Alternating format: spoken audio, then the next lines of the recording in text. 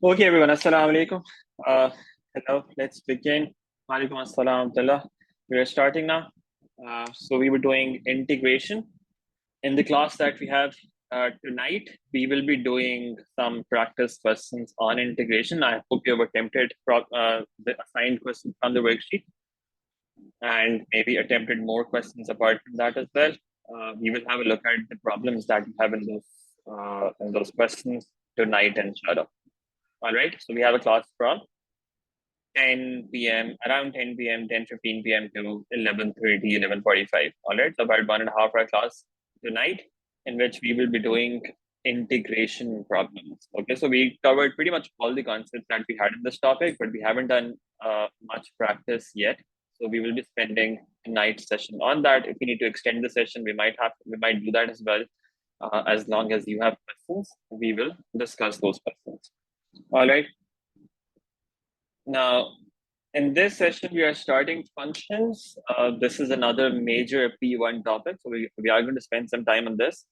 After this, we're left with equation of circle. Yeah, so we're left with equation of circle and APGP, which are relatively smaller topics. This is the major one that we have, function, and that includes function transformations as well. Okay, so this is what we are starting. And it's one of the more difficult topics in your syllabus. Okay, so keep that in mind as well. That you will need to do a lot of practice in this. Make sure that you're doing that. All right, so let's start with this.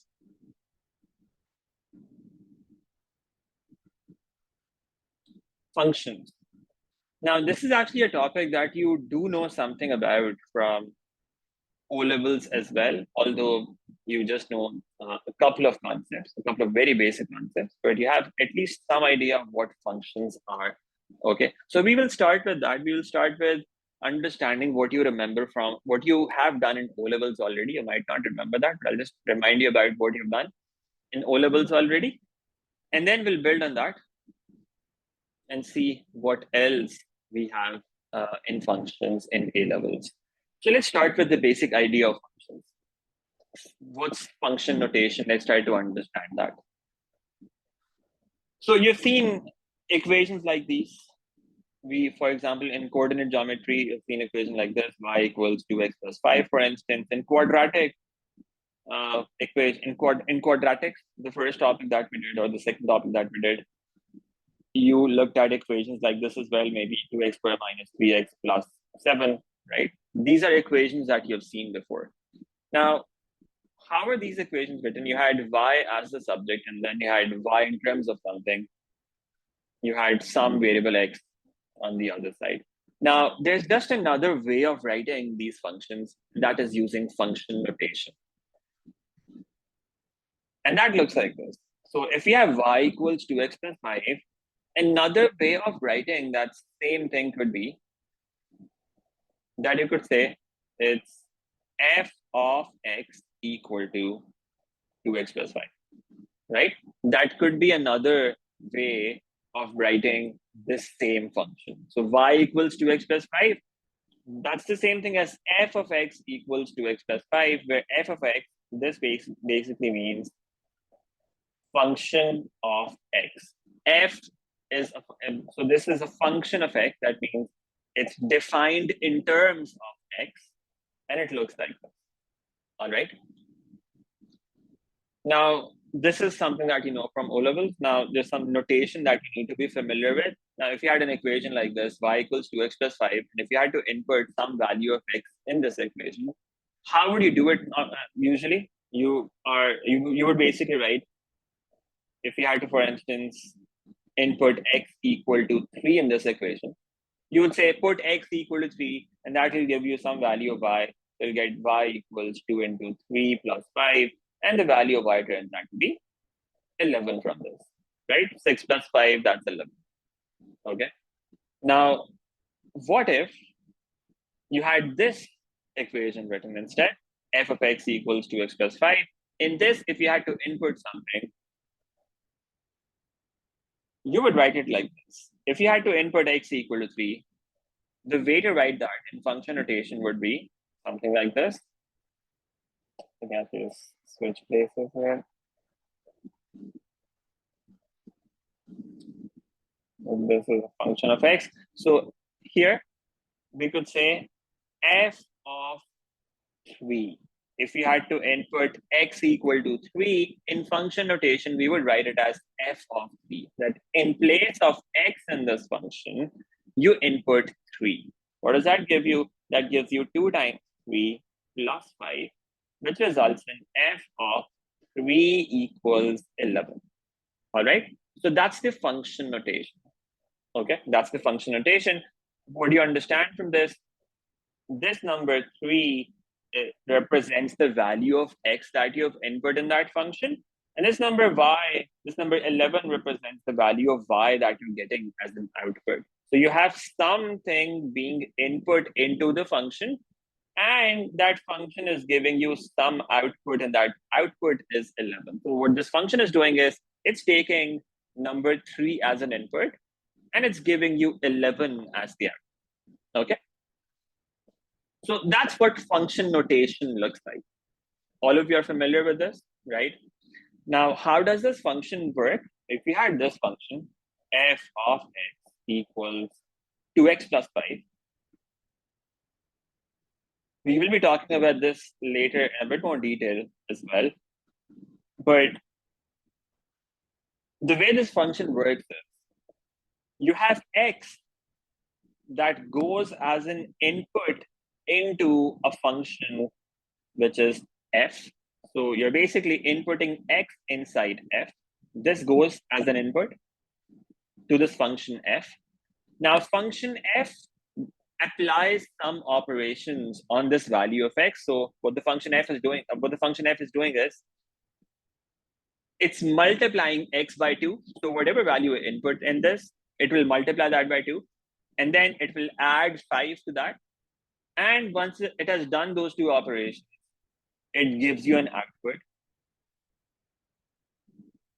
And that output that you get is called f of x, or you can also represent it by this letter y. All right. So that's what this function notation means. F of x equals 2x plus 5. X is what is being input into the function, and f of x is the output that you're getting from that function. Make sense? That's one thing that you've done in O-levels already. Okay, that's one thing. Then another thing that you've done in O-levels already is inverse function, right? That's also something that you've done. Basically, how to find inverse of linear functions, right? That's what you've done in O-levels.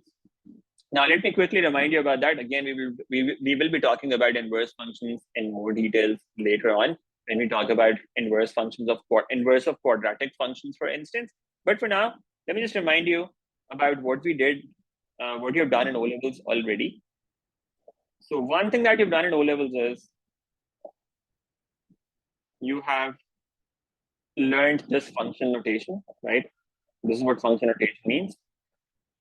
And the other thing that you've done is you have learned how to find inverse of linear functions.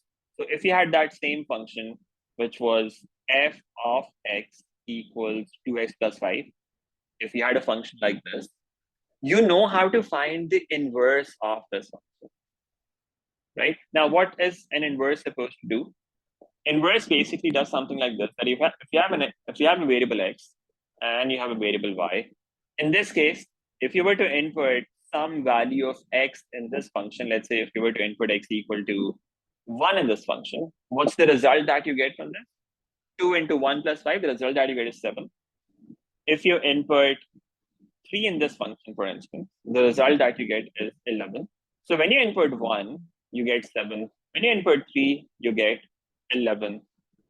You apply function f, 1 converts to 7, 3 converts to 11. Now, what does an inverse function do? Inverse function basically just does the opposite. Inverse function would just do the opposite of this. So in the original function, when you input 1, you're getting 7 as the output. When you input 3, you're getting 11 as the output. Inverse does the opposite. What that means is if you were to input 7 in the inverse function, you would get 1 as the result. And if you were to input 11 in the inverse function, you would get 3 as the output. So inverse just does the opposite of what the original function does. Right? That's the point. That's the purpose of the inverse function. Now, how do you find inverse of a function? This is what you've done in O levels. If you have this f of x equals 2x plus 5, what you used to do was you would say, let y equals f of x. All right. You would replace f of x with y, right? And then that becomes y equals 2x plus 5, right? Once you're done with this, you have this equation. Now you make x the subject. How do you make x the subject? That's going to give you 2x equals y minus 5, and then x equals y minus 5 divided by 2.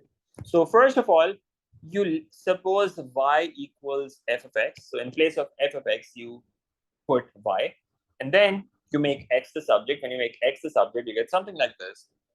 What you can do at this point is, since y equals f of x, what that means is when you're inputting x inside the function f, the result is y.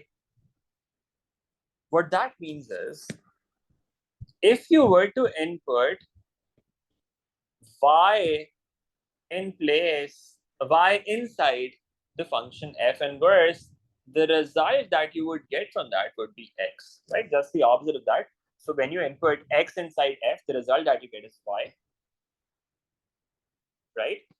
And when you input y inside f inverse, since the inverse function has to do the opposite, when you input y inside the inverse function, you should get x as the result from that. Now, using that result, what we can do is we can say this x can be replaced with f inverse of y now, right? Using this, f inverse of y equals y minus 5 over 2, which means f inverse is a function like this that if you were to input y in this function, the result would be y minus 5 divided by 2. Now, since we want to write this function in terms of x, you would just replace y with x now, and the inverse function would look like this. F inverse of x equals x minus 5 over 2, and that is the inverse function that we were looking for. This is how you find inverse of a linear function, right? You've done this in O levels. Now, some of you might be confused. What are we doing here?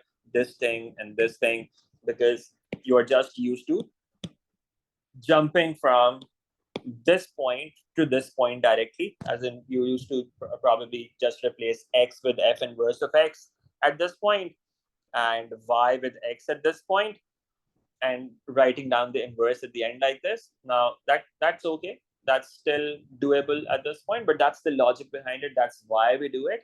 Now here as well, if you want to skip this step in green, that's okay. You can jump from this point to this point directly, and that's perfectly acceptable. Okay, so if you were to do it without those two steps, without writing those two steps explicitly, this working would be enough. So let me just show that to you. If you were to just show this much working, f of x equals 2x plus 5, you would say let y equals f of x, and then at the end, you are allowed to jump from that point to this point, that just replace x with f inverse of x here and y with x here. Now, that's what you used to do in O levels. That's allowed here as well. You can do that. So what do you have to do to find inverse of a function? You basically have to do 3 things. First of all, you start with this. You say, let y equals f of x. Let y equals f of x. And then you would say, make x the subject. And the result that you get, right? Make x the subject. And then finally, all you have to do is replace x with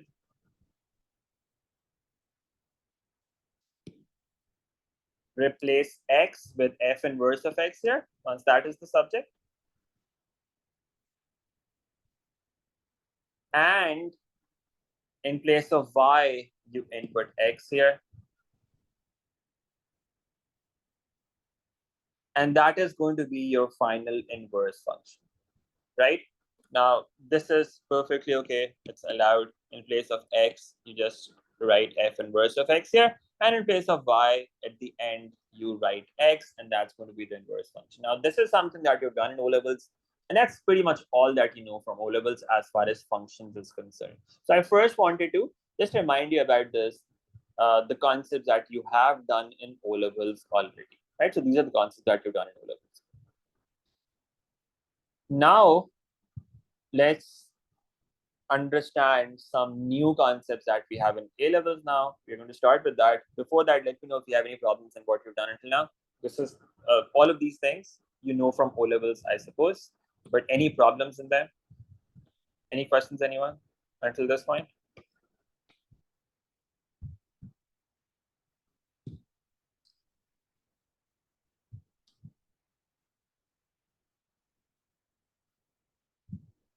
No problems?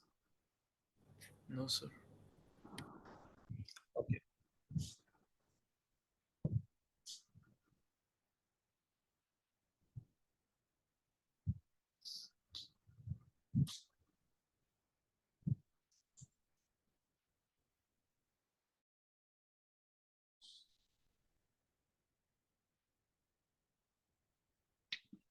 All right. Now, the first major concept that we have now is of domain and range of functions. Okay, domain and range of functions. Let's start with this. Now, these are two terminologies that you will come across again and again in functions.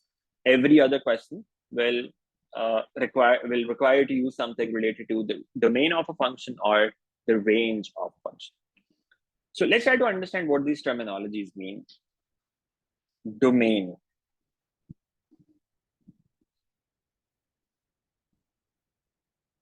Domain of a function. Domain basically means the values of x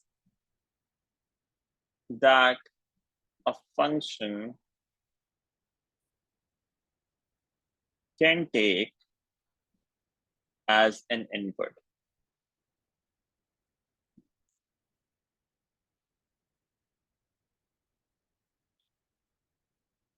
The values of x that a function can take as an input to the function. That's what domain of a function means. Now you could say it's values of x, or you can actually also call this, you can write it like that instead. The set of values of x, because we would often be writing that as an inequality. We often use this terminology. The set of values of x that a function can take as an input. So basically, domain stands for the values of x that you can input into a function. Now, the second thing that you need to know about is range of a function. What about the range of a function?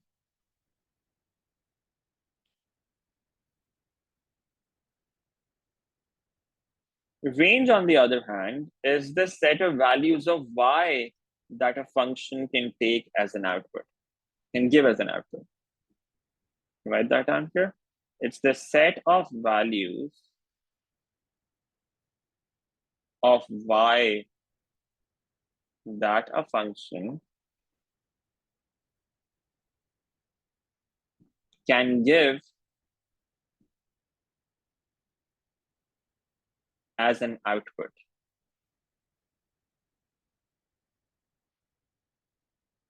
Okay, this is what domain of a function means and the range of a function means. Now, let's try to understand that in a bit more detail using some examples. So domain is the values of x that you can input into a function, and range is the values of y that you can take as an output from a function. Let's start with domain first of all. So there are just a couple of things that you need to know about the conditions that you have on the domain of a function sometimes. Let's start with those conditions first. First of all, let's say we're talking about a linear function. Let's say you have a linear function that looks like this: f of x equals. So let's consider that same function that we wrote in the last on the last page. It was f of x equals 2x plus 5, right? Now, what's the domain of a function? The values of x that you can input into a function. Now, is there any restriction on the values of x that you can input into this function? Any value of x that you input, it's going to give you some output, right? So you can input any negative value, any positive value, zero, real numbers, basically all real numbers, rational, irrational, fractions, integers, decimals, positive, negative. There's no restriction. Any value of x can be input into this function, and the function will give us an output. Now, when you have a function like this that can take anything as an input, we write the domain of this function like this using this notation. So it's normally given in the question. Domain is mostly given in the question, but you need to understand this notation. They would say the domain of this function is this. Now, remember this notation from sets in O levels. This E symbol means belongs to. R means real values. So this notation basically means x belongs to real values. Or in simple words, we could understand it like this. We could say it means x can be any real number. X can be any real number.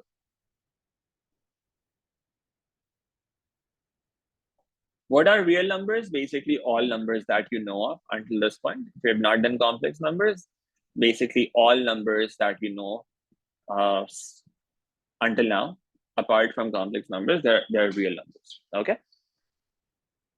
Now, I just mentioned complex numbers for those of you who have done paper 3, but for most of you, you do not know about that yet. So basically, all numbers that you know until now, they are real numbers: rational, irrational, decimal, fractions, integers, positive, negative, all of that, all of those are categories of real numbers. All right.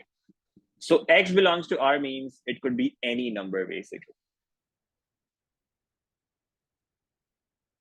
But if you had another function, if you had a different kind of function, let's say I had, instead of this, I had this function, which was g of x. And it looked like this. G of x was equal to, let's say, minus 2 into square root of 5x plus 20. If I had this function. Now, what are the values of x that I can input into this function? Can I input any value of x? Now I can't input any value of x. There would be a problem if I were to input some value that results in a negative number inside the square root, because then this function would become undefined. All right. So if I had, for instance, x equal to minus 10, if I input x equals minus 10 here, there will be a problem. You'll have a negative number inside the square root and this function will become undefined. So in this case, we can't say that x can be any real number. There's going to be some kind of condition on that. All right. Now, what's the condition on this? We think of it like this. We say the part inside the square root, that has to be greater than or equal to 0. It can be equal to 0 as well, because square root of 0 is just 0, right? So square root of 0 does exist, but for negative numbers, it does not exist. So we say the part inside the square root, that has to be greater than or equal to 0. So that's 5x plus 20 greater than or equal to 0. That gives us x greater than or equal to minus 20 divided by 5. That's minus 4. So the domain of this function, therefore, would be x greater than or equal to -4. Is that okay? That's the domain of this function. If there's no other restriction, this would be the domain of this function. Now, normally it would be given in the question, but you need to understand that square root cannot have something negative. This is something that you need to understand from this. All right? Yes. Sir, did you inputted 0 in the equation to find the range? We are not finding the range. We're talking about domain of the function right now. You're saying the part inside the square root, the part that is inside the square root, this has to be greater than or equal to 0. That's what it means. And that's giving us a value of the range of values, the set of values of x. The set of values of x, that's the domain of this function. Okay. Okay, sir. So basically, for square root functions, you need to remember that the part inside the square root, it has to be greater than or equal to 0. All right. Now, normally you don't necessarily need to find this in questions, but you need to understand this, that inside square root functions, you cannot have something negative. All right. Now, another thing that you need to understand is if you have a function like this, let's call another function, let's write another function, let's say that's h of x. Let's say this was equal to 4 over 2x minus 6, for instance. Now, what about this function? Can we input any value of x in this function? Can we input positive values? Can we input negative values? Yes, we can input any positive value. We can input any negative value. There's no problem with most of the values, except perhaps one particular value. Can you think of what that value is? One value for which this function is going to break. It's going to be undefined. 3. 3. And why is that? Because when x equals 3, the denominator is going to become 0. And when the denominator is 0, that means you're dividing by 0, and division by 0 is not possible. So the function becomes undefined. All right. So if you were to write the domain of this function, you would say, okay, the denominator here cannot be 0. That means 2x minus 6, this cannot be equal to 0, which gives us that x cannot be equal to 3. So the domain of functions like these is going to be given like this. They would say x can be any real number, but then they would have a condition here that x is not equal to 3. So that's what it means, right? This is what you understand from a domain that's written like this, that x can be any real number, any real value, except 5. X cannot be 5. Apart from 5, you could have any value of x in this function would be defined. Make sense? Now, as far as domain of functions is concerned, this is all that we need to know of, right? This is all for now. As far as the mathematical limitations of functions is concerned, you just need to know that inside square root, you need to have something 0, something that's positive or 0. And in the denominator, you cannot have 0, right? These are two things that you need to remember. And you need to understand this notation, x belongs to real numbers. Now, these are the only restrictions that you need to know of as far as the mathematical expression is concerned. Now, a lot of times what happens is there are some practical restrictions on the function. And in that case, they will give you the domain of the function themselves. Okay, they will give you the domain of the function themselves. Now, what does that mean? You could have a function, for instance, that connects quantities like price or price, sales, numbers like these, which cannot be negative, right? So if you had price of something, for instance, which was part of this function, let's say this function represents sales, right? This is a sales function.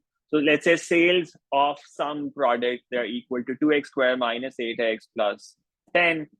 Let's say you have a function like this. Now, in this case, if x was to represent price of something, for instance, if x was to represent price of something, since price generally cannot be negative, they might give this condition along with this function that x is greater than 0. Okay. So if you have a practical restriction on the function like this, it will always be given in the question already. You won't have to figure this out, because as far as this function is concerned, you can input negative values. You can input x equals to -1 as well. You can input x equals -15 as well. So there's no limitation as far as the mathematical expression is concerned. However, because in this case, we are saying x represents price of something maybe. Now, since price generally cannot be negative, we say x is greater than 0. So they might give this restriction in the question themselves. Okay. So mostly what you would have to do would be, given the domain of a function, you would have to find the range of the function. So finding domain would generally not be something that they ask about, unless we are talking about inverse functions later on, which we'll discuss later. Generally speaking, they will not ask you about domain of a function. They will mostly ask you about range of a function given some range, given some domain. So they will give you domain of the function in the question itself, and they will ask you to find the range of the function. Range means the values of y, remember? So they'll tell you the set of values of x that the function can take as an input, and they will ask you to find the set of values of y that you can get as an output. That is what is normally going to be asked about. Okay, so let's talk about range of functions instead. Instead of domain now, let's move on to range, because that's what we are mostly going to be concerned about. Domain will generally be given in the question. So now we want to understand how to find range of a number of different types of functions. How to find range of a number of different types of functions. Now today, we want to focus on two particular types of functions, which are linear functions and quadratic functions. All right, that's what you want to focus on. Range of functions. Now, first of all, let's talk about linear functions.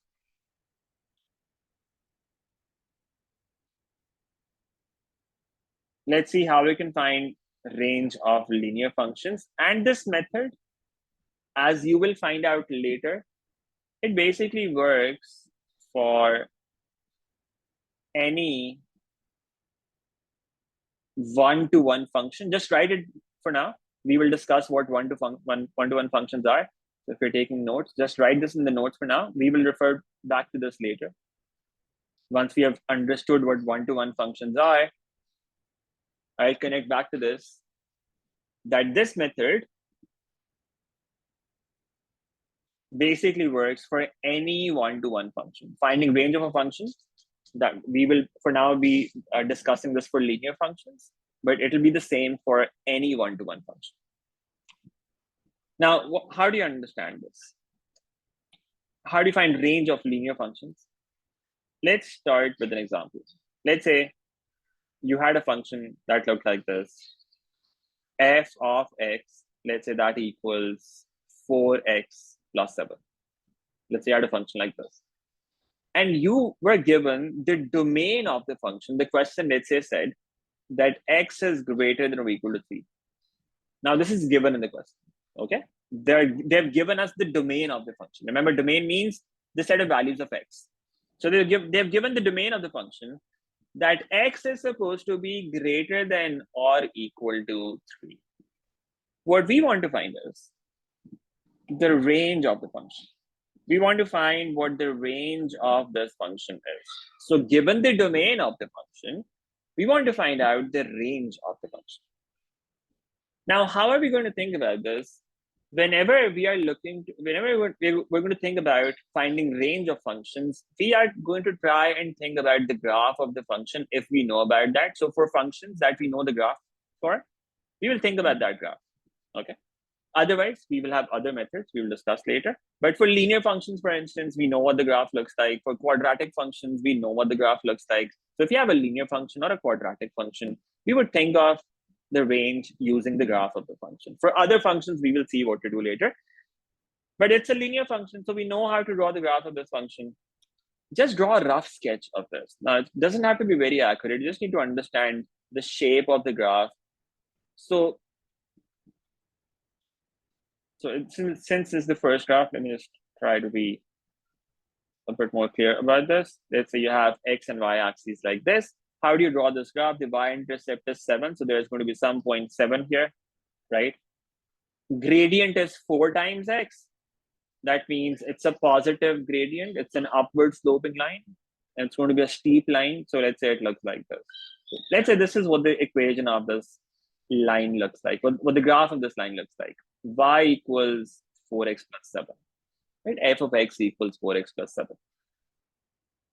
Now, if x is greater than or equal to 3, what about the range of this function?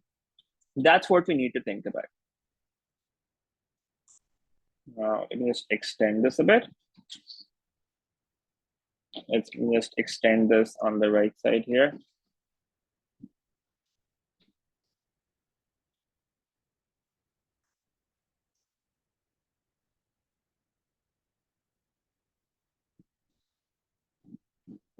Let's extend this. Okay, so this is the graph of the function y equals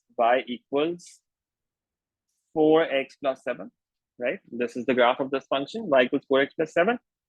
Now, what's the domain of the function? The domain of the function is x greater than or equal to 3. X greater than or equal to 3. That's the domain, okay? Now, which part of this graph is relevant? Okay, I'm sorry, just give me a minute.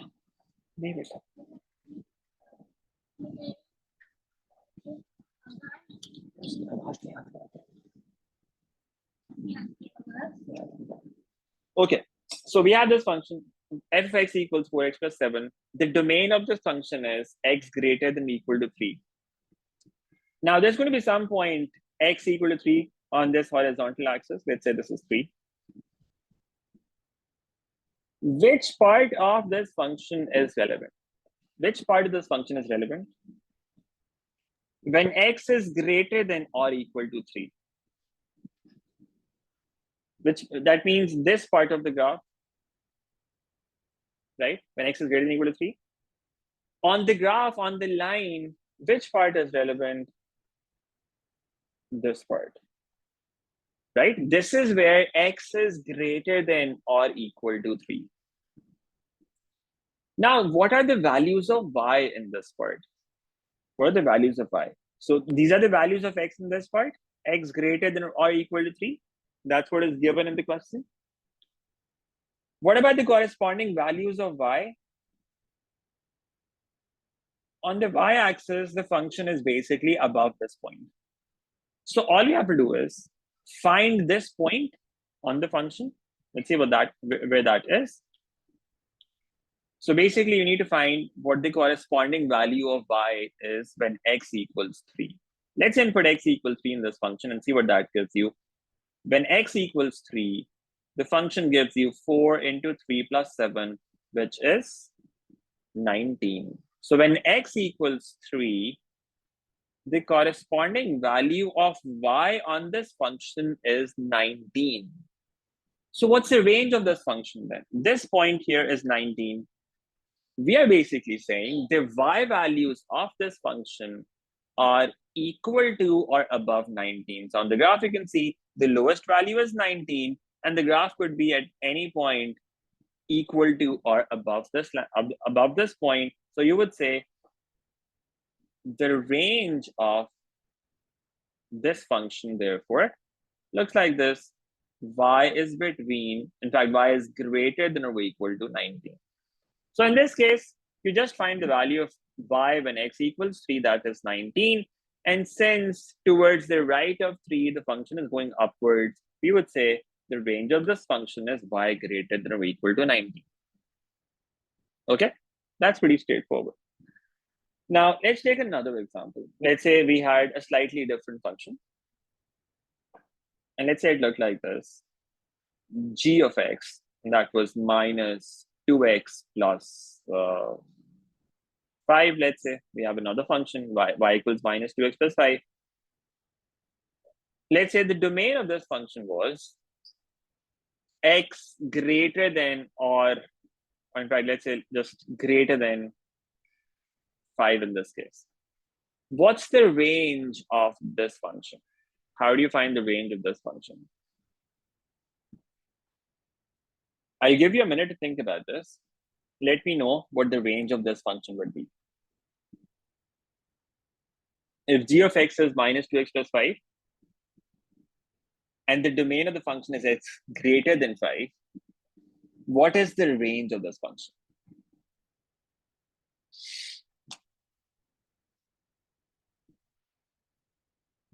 Think about it. Let me know in the chat box. What do you think the range should be?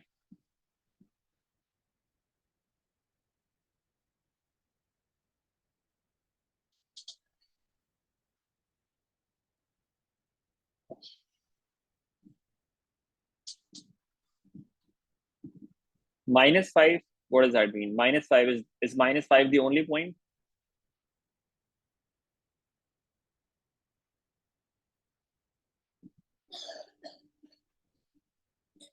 Range means a set of values of y, right? So greater than minus 5, less than minus 5, greater than equal to minus 5, less than equal to minus 5. What do you think?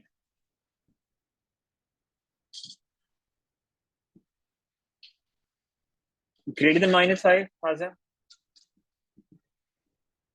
What about the rest of you? Can everyone respond? What should the range be? Less than minus 5? So is it greater than minus 5 or less than minus 5? How do you think about this? Now, yeah. So now you might think, first of all, that you would just input x equals 5 in this function. You can try that. Put x equals 5 in this function. What does that give you? Minus 2 into 5 plus 5. And the result turns out to be negative 5.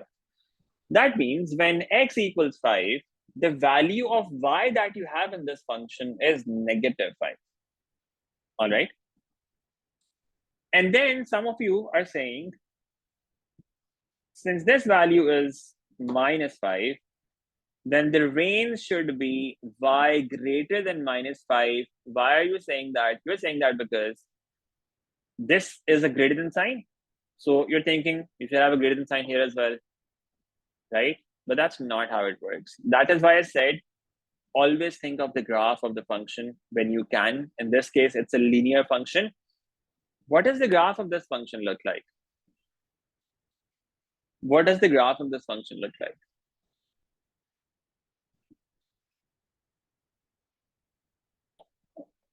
Minus 2x plus 5. What kind of line is this going to be? This is going to be a downward sloping line. The gradient is negative, right? Since the gradient is negative, it's going to be a downward sloping line. What would that look like? The line would look like this, right? It's a downward sloping line like this. Now, what part of this line is relevant? What part of this line is relevant? Let's say we have a point here, and this point is, what's that point? 5. The value of x is 5, and the value of y is negative 5. X is greater than 5. That means the right part is valid, right? The part to the right of this point is what is valid for this function. Now, where is that part? That part is here on the graph. This is the part that we're talking about. So the value of x has to be greater than 5 to the right side. Okay. What about the corresponding values of y? Y is the vertical axis, right? So on the vertical axis, what's the value of this point? This is -5. So at this point, y equals -5 and x was equal to 5.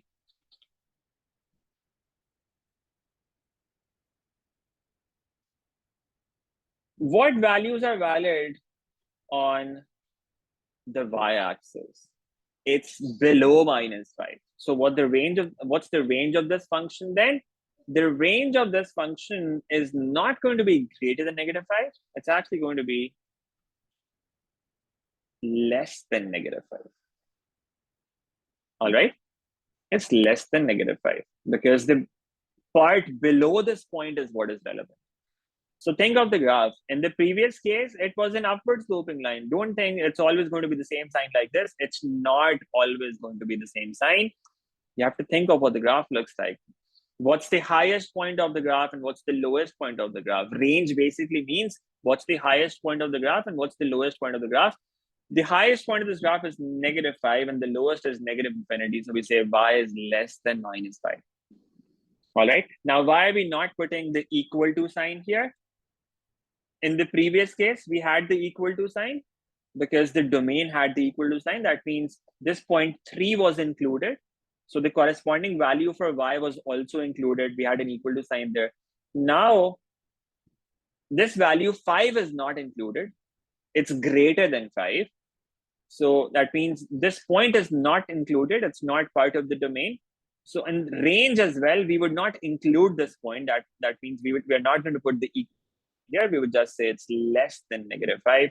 And that's the range of this function. Does this make sense to everyone? Any problem with this? Sir, Yes. sir, because the values down the slope are decreasing, that's why we are saying it's less than -5. Yeah. So just think of the axis. What does the vertical axis look like?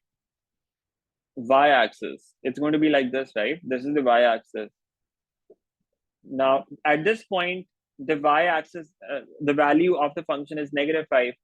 Which part of the function is valid? This yellow part. In the yellow part, the values of y are less than -5. So that's the part of the function that's valid. All right. So yes, the y values are decreasing there. So we are considering the part that is below -5. We say range is less than -5. Does that make sense? Yes, sir. Okay. So think of graph that will help you think about this.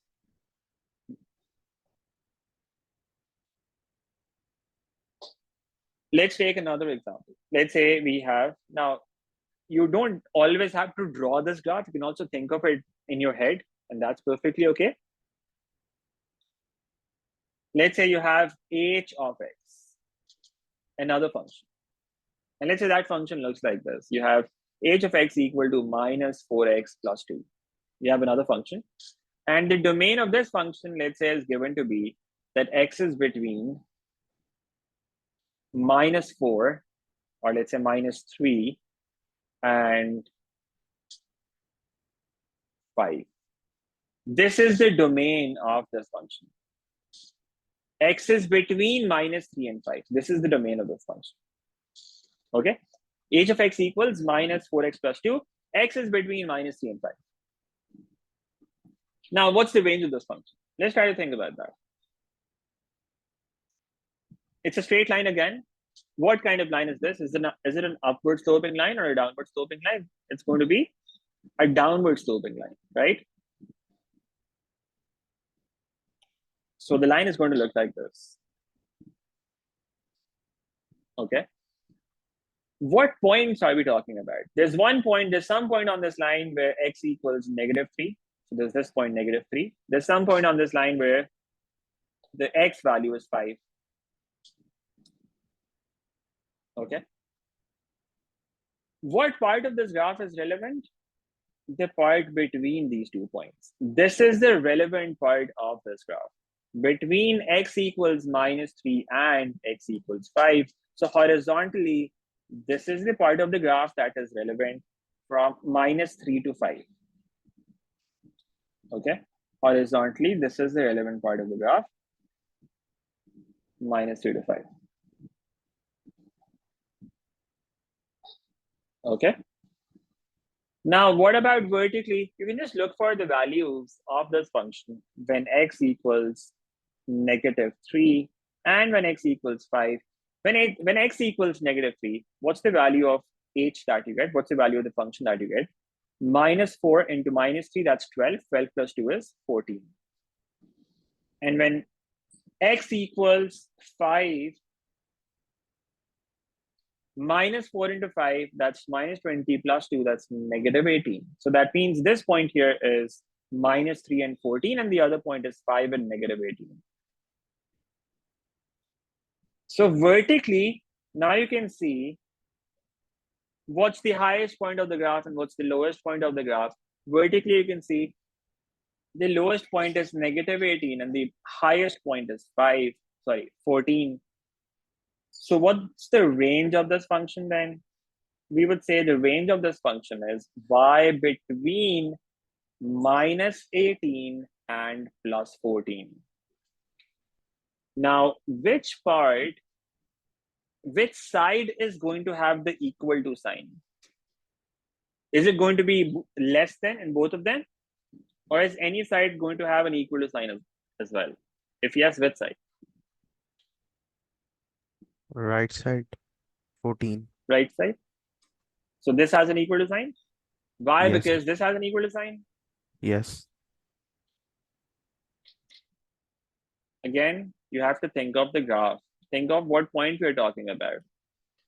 -3 was not included in the function, right? -3 was not part of the domain. What's the corresponding value of y? When x equals -3, the corresponding value of y is 14.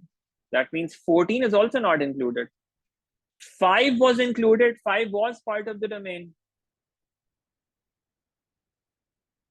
-18 should also be part of the domain.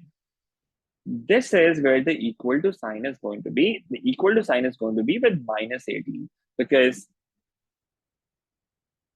this point is included, this point is not included. So 14 is not going to be included and -18 is going to be included. So equal to is going to be on the left side here, not the right side. Make sense? So you have to think of it logically. Don't just say that, okay, this domain has equal to on this side, so you would put equal to on that side as well. That's not how it works. You have to think of what point is included and what point is not included. Does that make sense to everyone?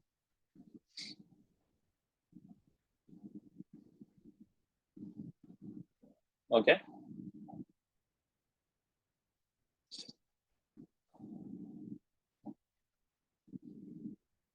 All right, now let's look at the next function then, the next type of function, right? Let me see if I can find a function for that. So now we need to talk about quadratic functions and see how the range of quadratic functions looks like. So this was for linear functions, right? This is the range of linear functions. Now, quadratic function is something that's tested the most in functions. Let's talk about that. Range of quadratic functions. Now, this is extremely important. This is the most commonly tested range in this paper. Okay, range of quadratic functions. Let's think about this now. Let's say you have a function that looks like this, f of x that equals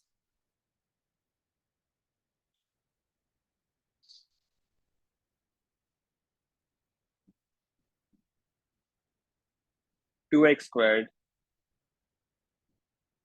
minus 12x plus 45. You have a function that looks like this. F of x equals 2x squared minus 12x plus 45. Okay, that's what the function looks like. And you're given that the domain of this function is all real values. So there's no restriction on the domain of this function. X could be any real value. What's the range of this function?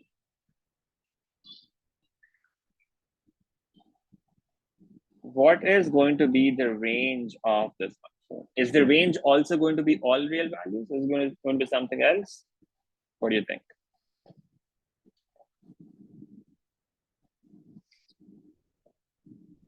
Sir, undefined. Undefined? Why undefined? Sir, because there can't be more, as X belongs to R, there can be multiple values we can input.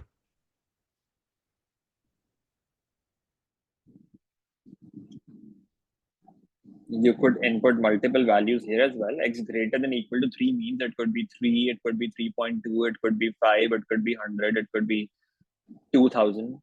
There are infinitely many possible values in this case as well. And there are infinitely many possible values here as well. X belongs to real numbers. How do we think about this? We again think of the graph of the function. Remember, range is the set of values of y that a function can give as an output. All right. Range is the set of values of y that a function can give as an output.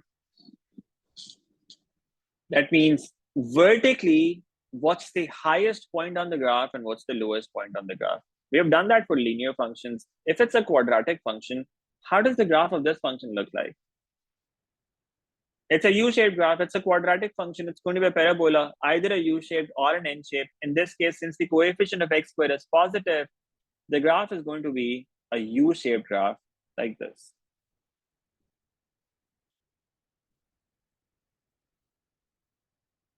All right. This is what the graph of this function is going to look like, roughly. No, it's not very symmetric. I'm going to try it once more. Okay, so let's say it looks like this. This is a quadratic function. This is the quadratic function that we're talking about. What's the range of this function? Greater than or equal to 45? Well, no. Look at the graph. Since x belongs to real numbers, that means the whole graph is relevant. The whole part is valid, right? The whole graph can be considered and should be considered. What's the lowest point of this graph and what's the highest point of this graph? There's no highest point because you can just extend the graph like this. So on the upward side, y could go towards infinity. But on the lower side, there is a minimum value that we have for this function, and that is this turning point. This turning point.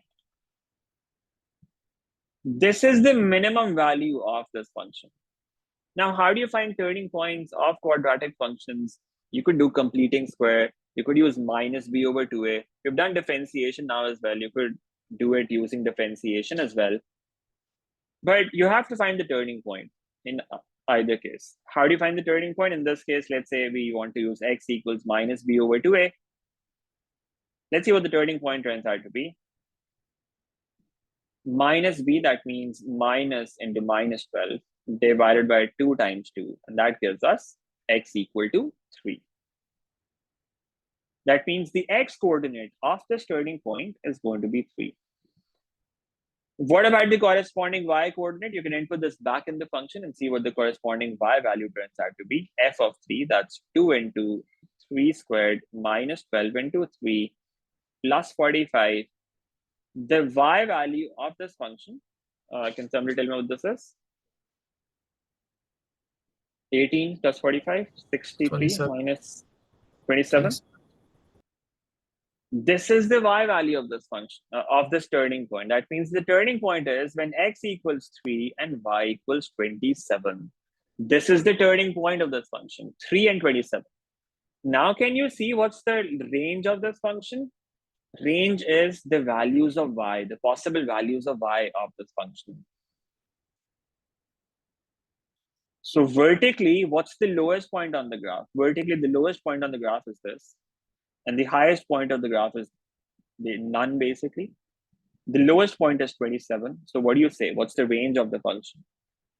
The range of the function is going to be y greater than or equal to 27. This is the range of this function. right? The value of y could be 27, or it could be something greater than or equal to that. Does that make sense to everyone? Any problem with this? No, sir.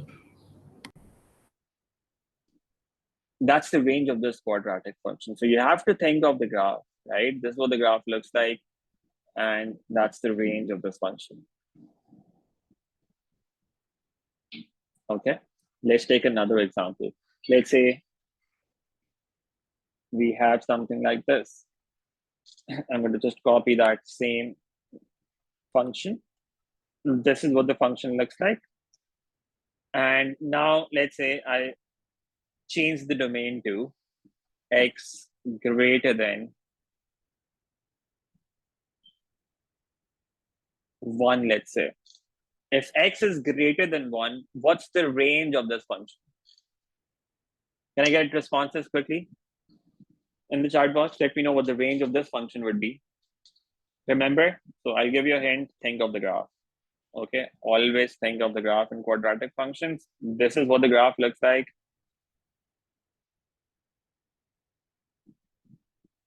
Okay.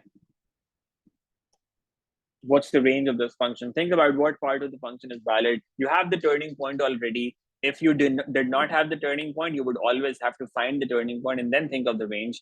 So x is greater than 1. Let me know what the range of this function should be.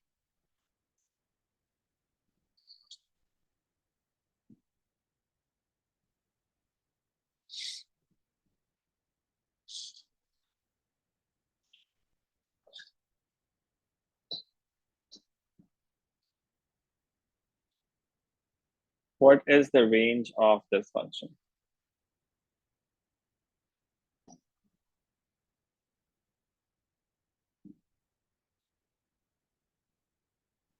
Y greater than 35? Does everyone agree to that?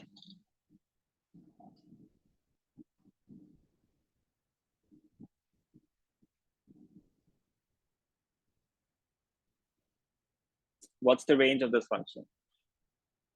Y greater than 35? Greater than equal to 35?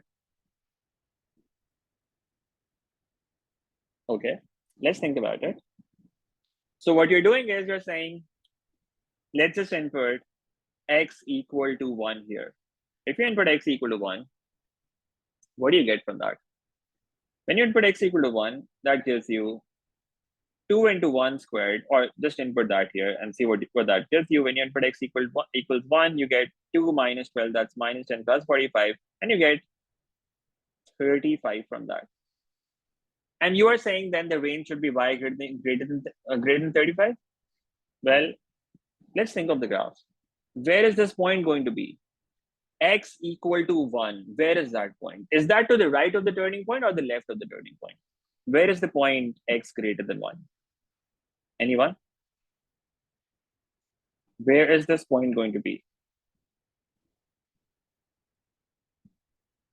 If this is 3, 1 is going to be to the left of it. Right? Let's say it's here. Now, when x equals 1, we basically have figured out that the point is 1 and 35. What part of the function is valid? The part to the right of this value. So all of this part is valid. On the graph, this is the part that is valid. All right. This is the part on the graph that is valid. What's the range of this function? Range of this graph. What's the lowest point on the graph and what's the highest point on the graph? The lowest point on the graph is not 35. The lowest point on the graph is still 27. The graph is still going below 35. So the range of this function is still going to be y greater than or equal to 27. This is not even going to be used here as in this value y, because the graph is going below that as well and the graph is going above that as well. This point is in the middle. Range is what's the maximum possible, what's the least possible value of y, and what's the greatest possible value of y? Least possible is 27, largest possible is infinity. So we say range is y greater than or equal to 27. The range is still the same. Does that make sense? This is the range of this function. It's still y greater than or equal to 27. Think of the graph and look at what's the lowest point on the graph, what's the highest point on the graph. The lowest point on the graph is 27. So the range is greater than or equal to 27. Sir, Okay. Yes. sir, for this question, so why did you give domain if we have to use the previous part? We are not using the previous part. We're just using the turning point. We're using the graph of the function. This is the function. The function is still the same. It's just the domain that is different. Sir, isn't domain going to be the turning point for quadratic? What does that mean?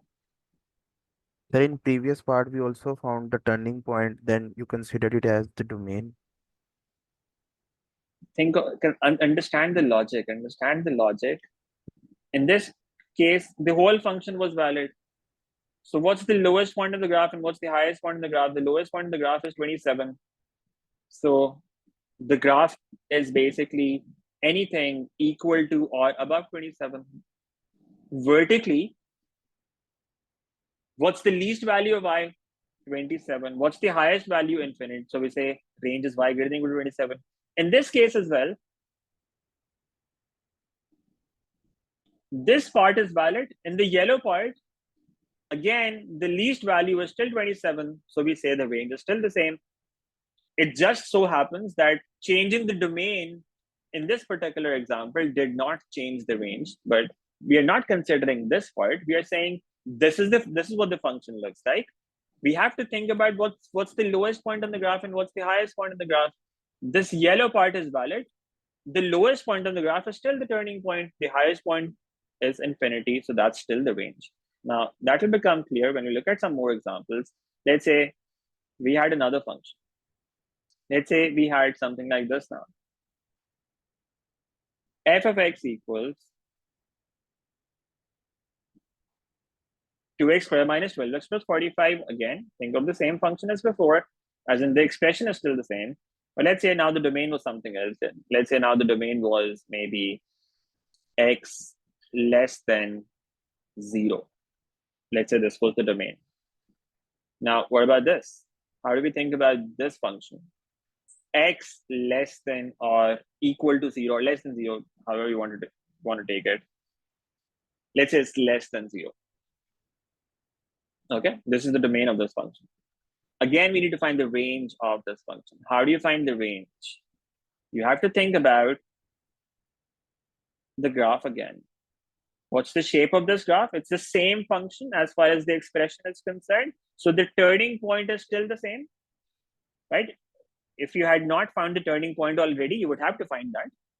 Since you've done that work already here, we are not repeating that. Otherwise, you'll have to do it every single time you do it.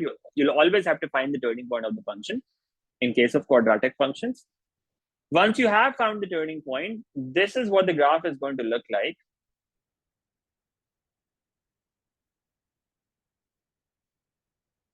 This is what the graph looks like. The turning point is at 3 and 27. X is less than 0. Now, where is 0 going to be? 3 is in the middle. This is the turning point. The value of x is 3 here. Where is 0 going to be? 0 is going to be to the left of the turning point. So we can mark that here somewhere. Let's say this is 0. Okay. The x coordinate here is 0. What about the corresponding y coordinate? Let's find the corresponding y coordinate. F of 0. What does that give us? F of 0 gives us 45. That means when x equals 0, the y value that we're getting here is 45. What part of this function is valid now? X less than 0. Which part is valid? This part. The part to the left of this point, that means that's this region here. This is the valid part of the graph. And now looking at this graph, you have to basically figure out what's the range of this function. So looking at this graph, what is the range of this function? You can be anywhere above this point, basically. This is the range of this function. What's this point? The y coordinate at this point is 45. So you would say the range of this function, what's the lowest point on the graph? 45, highest point infinity. So we say range of this function is y greater than 45. So basically on the graph, you have to see what is the lowest point, what's the highest point, infinity. That's the range, y greater than 45. So it depends on what part of the function is valid. You have to think of that particular part and see in that part, what's the lowest point and what's the highest point. Does that make sense?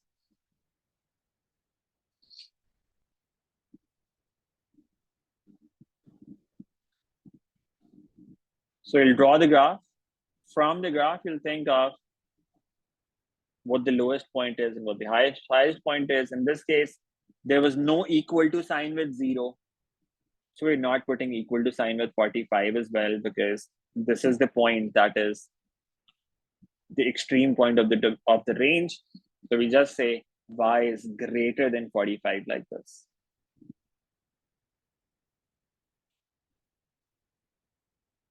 Okay. Let's take another example. Let's say we had something like this. Again, the same expression. Let's consider a different domain. So the range of the function always depends on what the domain of the function is. So you always have to think about the domain of the function. Think about what part of the graph is valid and see what are the corresponding values of y in that region. Okay. Let's take another example. Let's say the domain here was x between 1 and 7, let's say. What about the range of this function? Let's try to think about this now. X is between 1 and 7. Okay. Again, it's a quadratic function. This is what the graph is going to look like. So it's the same graph as before. It's the same function, same expression. So the graph does not change. But now what points are we talking about? Again, we will still consider the turning point. So for quadratic functions, you always have to think of turning points. In fact, for any function that has turning points, you always have to think of the turning points along with the end points of the domain. So this is the turning point, 3 and 27, right? Now, what are the other 2 points that we're talking about?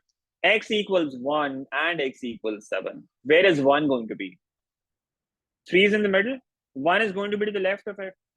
Let's say this is 1. What about 7? 7 is going to be to the right side somewhere. Let's say this is 7. So we have this part of the function valid where 1 is not included and 7 is included. Okay. So how do we start? You basically find the value of the function when x equals 1. What does that give you? 2 minus 12 plus 45. At 1, you get 35. You find the value of the function when x equals 7. Can somebody tell me what this value is? F of 7? 59. 59. So when x equals 7, we're basically getting that the y value is, sorry, 51 or 57? 59, sorry. 59. The y value is, yeah, the y value is 59. All right. Now, what part of this function is valid? Between x equals 1 and x equals 7. This is the valid part of this graph. Now, in this part, what's the lowest point and what's the highest point? Just think about that. The lowest point is 27. What about the highest point? The highest point is 59. In the yellow part, the valid part of the graph, the lowest point is 27 and the highest point is 59. So what's the range of this function then? This is the range. We would say the range of the function is y between 27 and 59. Now you see 35 is not used here because the graph is going below 35 as well, and it's going above 35 as well. We're just considering the extreme values. The lowest point is 27, the highest point is 59. Now 27 is included, so we are going to have an equal to sign here because it comes in the middle of this interval. What about 59? Since 7 is included, 59 is also included, so we also put an equal to sign with 59.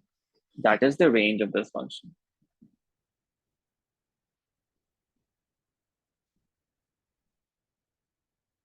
Make sense?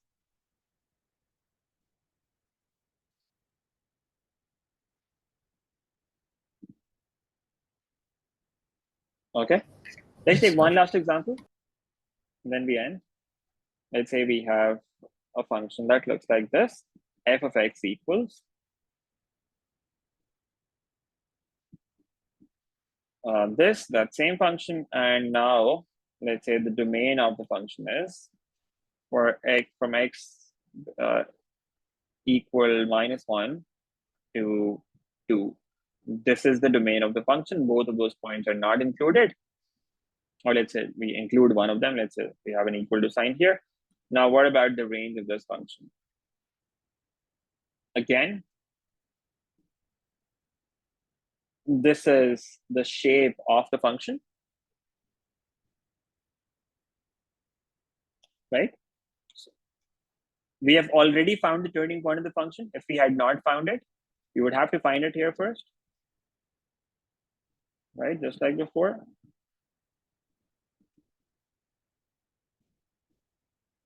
Okay, now what's the domain? -1 to 2. Where is -1 going to be and where is 2 going to be? Both of these points are going to be to the left of this 3. Let's say this is 2.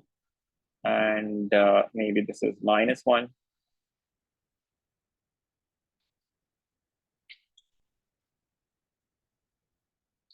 Sorry.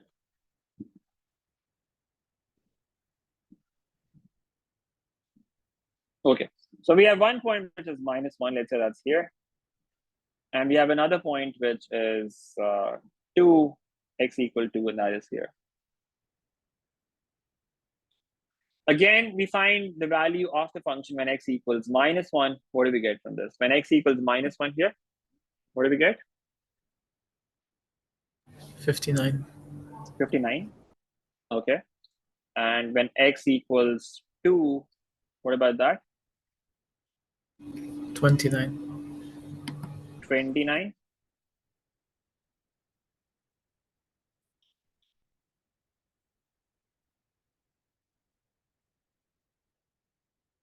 Now, what part of this function is valid? Between 1 and 2. So this is the part that we consider between -1 and 2, right? What are the corresponding y values? This is the range of the function. The lowest point is 29 and the highest point is 59. What's the range then? We say the range of this function is from 29 to 59. And then we need to think about which of these two sides is going to have an equal to sign. -1 has an equal to sign, so 59 is also going to have the equal to sign. 59. 2 does not have to equal to sign. That means the corresponding y value 29 is not going to have to equal to sign. And that's what the range of this function looks like. In this case, the turning point was not used. Why? Because it was not part of the domain. It was outside the domain. Does that make sense to everyone? This is how we find the range of quadratic functions. All right. Any problem with this? No, sir. No. So whenever we have quadratic functions, remember you have to think about two things. The endpoints of the domain that is given. In this case, for instance, the domain is from -1 to 2. So we have to always consider the endpoints of the domain. This is the endpoint, this is the endpoint. And we have to think about the turning point of the domain. This is the turning point. And that's not just for quadratic functions. That is actually true for any function for which you are looking for the range. You would always think of the turning points of the function and the endpoints of the domain. All right, so you'll always have to think about those two things. Let me write that down here. In order to find range of any function, so we will be talking about more functions tomorrow. This is what you need to remember. These are the important points to consider. Important points to consider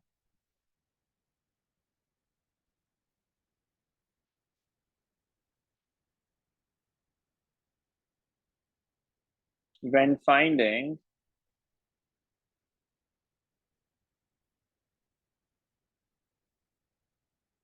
range of any function.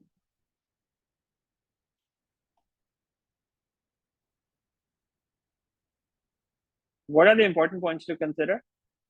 Number one, you always have to consider the endpoints of the domain.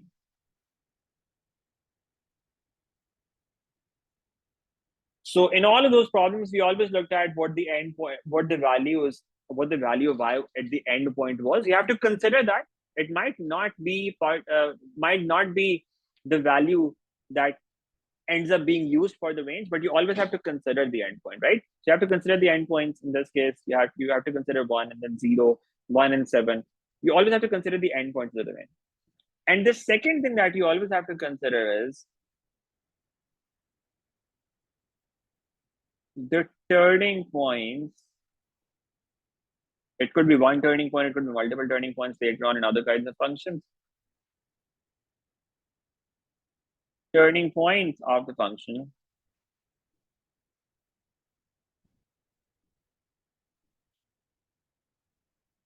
if they fall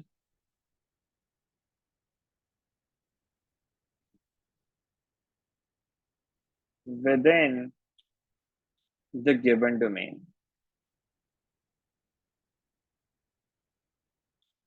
Okay. Sometimes they're outside the domain. For example, in this case, the turning point was outside the domain, but we still had to find the turning point. Otherwise, we would not know whether the turning point is outside the domain or inside the domain. So we have to find the turning point. If it's outside the domain, then we don't have to consider that, right? But we always have to find it. Okay. So these are the 2 points that we always have to consider, the 2 types of points that we always have to consider when finding range. Now, when we were talking about linear functions, in linear functions, we only consider endpoints because linear functions do not have any turning points, right? So we only consider endpoints in this case. So in this case, we just talked about this endpoint and this endpoint, although we still had to think of the graph that, okay, if the y value is going to be below that point or above that point, that is still going to be considered.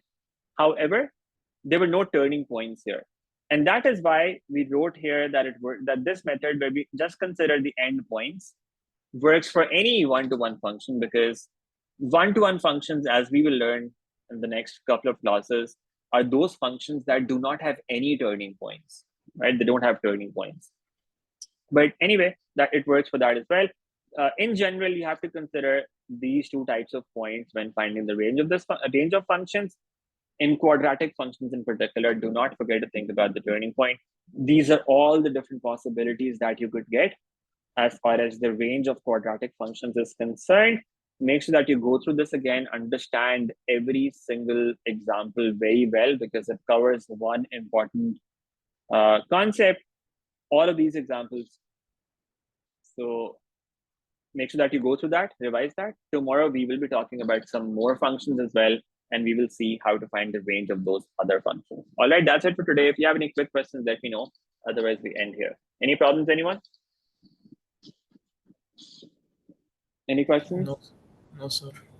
All right, I'll see you again tonight around 10:15 p.m. inshallah, when we will be doing integration questions. Okay? All right. Allah Hafiz.